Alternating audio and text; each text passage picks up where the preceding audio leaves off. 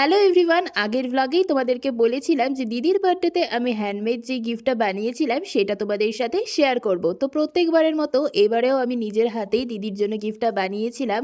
আর দিদিকে দেওয়ার পর ওর রিয়াকশনটা দেখে বুঝতেই পারছো যে ও কতটা খুশি হয়েছিল। তো চলো এবারে তোমাদেরকে বলি যে এতে কি কি ছিল। তো যেহেতু ওর জন্মদিন, তাই ওর পছন্দ মতো কিছু স্ন্যাক্স, চকলেট আর কিন্ডার জয়টা দেখে ওর খুশি দেখো, মানে ছোট থেকে বড় সবাই কিন্তু কিন্ডার জয় পেলে একটা আলাদাই খুশি হয়ে যায়।